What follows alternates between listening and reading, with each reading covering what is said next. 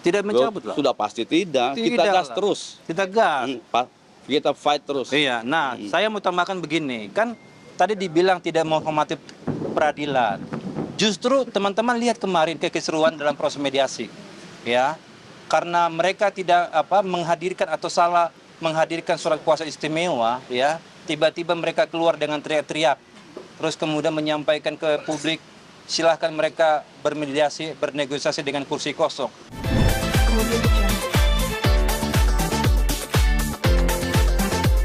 Warahmatullahi wabarakatuh. Selamat sore rekan-rekan media semuanya. Terima kasih sudah menunggu proses mediasi. Hari ini kami sudah laksanakan, yaitu mediasi terakhir dalam nomor perkara 1000/PDTG 2025. Nah, adapun mediasi hari ini adalah penandatanganan berita acara mediasi gagal atau deadlock. Sehingga tadi sudah disampaikan oleh mediator bahwa mediasi ini gagal, ya, untuk minggu depan akan masuk dalam pokok perkara. Minggu depan atau berapa minggu kemudian?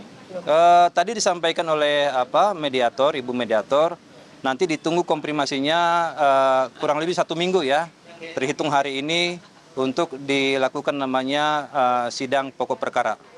Tapi pihak dari Reza Gledek mengklaim kalau Nikita Mirzani lebih penting untuk hadir di persidangan ini dibanding kliennya, Bang, Loh. untuk mediasi. Nah, saya kira begini, kan baca dulu dong Perma 1 2016, Junto Perma nomor 3 tahun 2022 tentang proses mediasi di pengadilan. Nah, urgensinya dalam proses mediasi itu kehadiran masing-masing pihak, para pihak disebut, ya, bukan hanya prinsipal dari penggugat atau Nikita Mirzani, tapi juga harus dihadirkan prinsipal dari tergugat. Nah, kemudian sesuai dengan teman-teman ketahui sendiri, kan Nikita Mirzani kan dalam tahanan negara.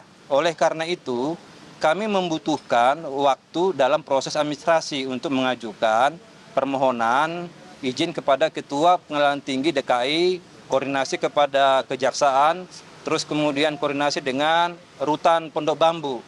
Oleh karena itu, karena kami tidak bisa mendapatkan informasi yang pasti Reza Gledek hadir dalam proses mediasi, ya kami juga nggak bisa menghadirkan. Tiba-tiba hari ini mediasi, terus kemudian dihadirkan, nggak bisa, gitu.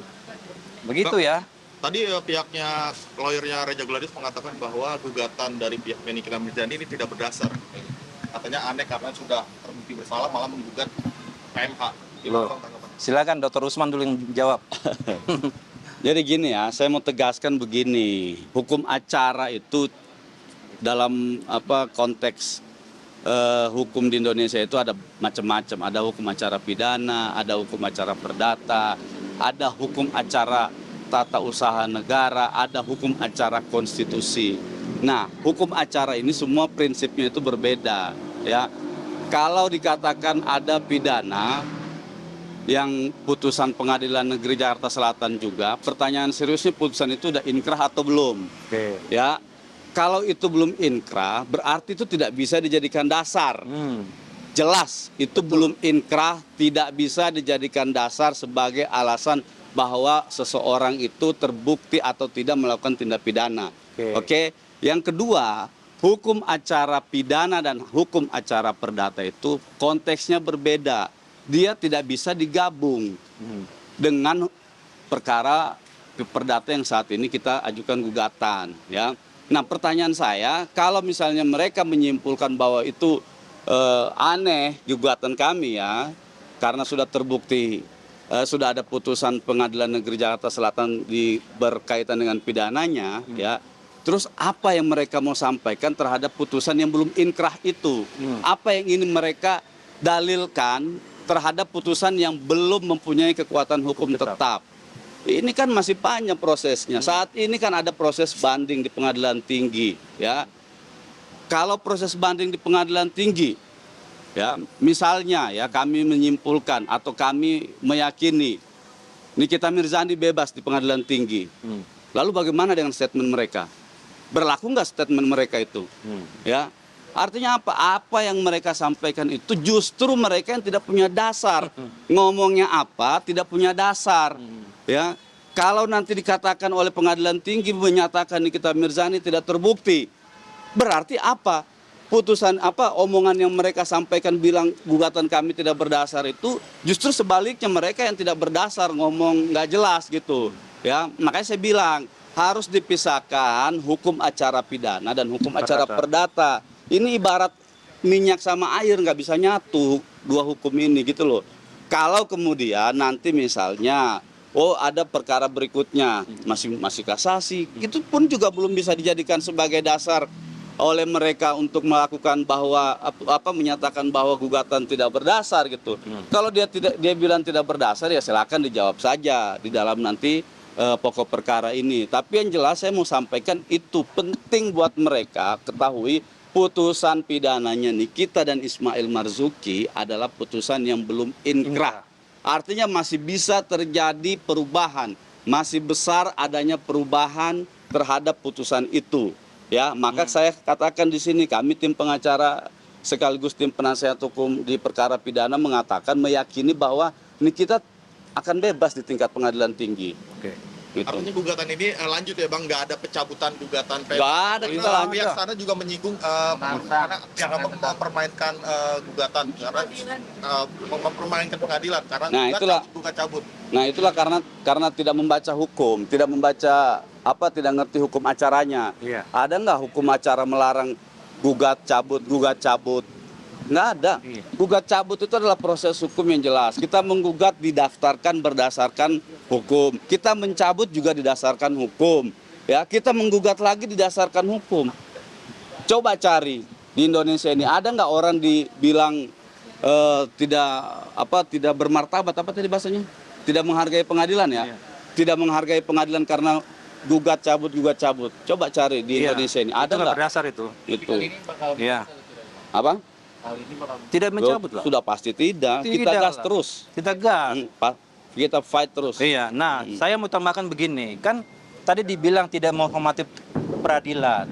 Justru teman-teman lihat kemarin kekisruan dalam proses mediasi, ya, karena mereka tidak menghadirkan atau salah menghadirkan surat kuasa istimewa, ya, tiba-tiba mereka keluar dengan teriak-teriak, terus kemudian menyampaikan ke publik, silahkan mereka bermediasi, bernegosiasi dengan kursi kosong. Itu adalah bukti dari mereka tidak menghormati peradilan, bukan cabut gugat. Ini jelas. Di dalam Perma 1 2016 jelas ada tata kelola mediasi yang harus dihormati semua pihak. Nah, kalau perilaku begini ya dengan gaya begini, arogan begini, saya kira nggak tepat, dan itu yang mencederai dari proses peradilan itu sendiri, gitu loh. Jadi jangan ada narasi bahasa yang cabut gugat loh. Mencabut juga ada dasar hukumnya, menggugat kembali juga punya dasar hukum. Terus norma apa yang dilanggar? Benar nggak? Makanya saya bilang, kita sebagai praktisi hukum itu bicara nggak boleh asal bicara, harus ada referensi hukumnya dan landasan hukumnya. Itu berkali-kali saya sampaikan. Baru namanya advokat, gitu loh. Sebagai bagian dari opposium nobile itu. Nah, kalau bilang bahwa jangan dicabut lagi, siapa mau cabut? Ya, kami yakin dan mantap ya dengan gugatan PMH ini gitu loh. Dan sebenarnya begini, kalau kita mau baca baik-baik putusan 362 dan 363 itu ya, banyak putusan itu yang menjadi kekuatan kami dalam pembuktian dalam gugatan perbuatan melawan hukum. Ya. Nah, kalau mereka tadi mendalilkan wah nggak punya dasar sudah ada putusan pengadilan, kan belum ingkrah. Gimana sih ini para senior ini? Ya kan? Kok cara berpikirnya tidak senior gitu loh. Landasan hukumnya nggak senior gitu loh. Jangan begitu ya. Silakan menyampaikan pendapat hukum, ada landasan hukumnya, ada relevansi hukumnya, itu yang benar. Agenda selanjutnya Bang? Nah, agenda selanjutnya minggu depan adalah pembacaan laporan mediasi gagal dan ini pembacaan gugatan ya. Dan itu nanti akan dikonfirmasi oleh panitera pengganti. Harinya sama Bang, hari Selasa? Belum tahu, nanti yang pasti akan disampaikan oleh PP. Tadi disampaikan oleh mediator begitu, ya. Kemudian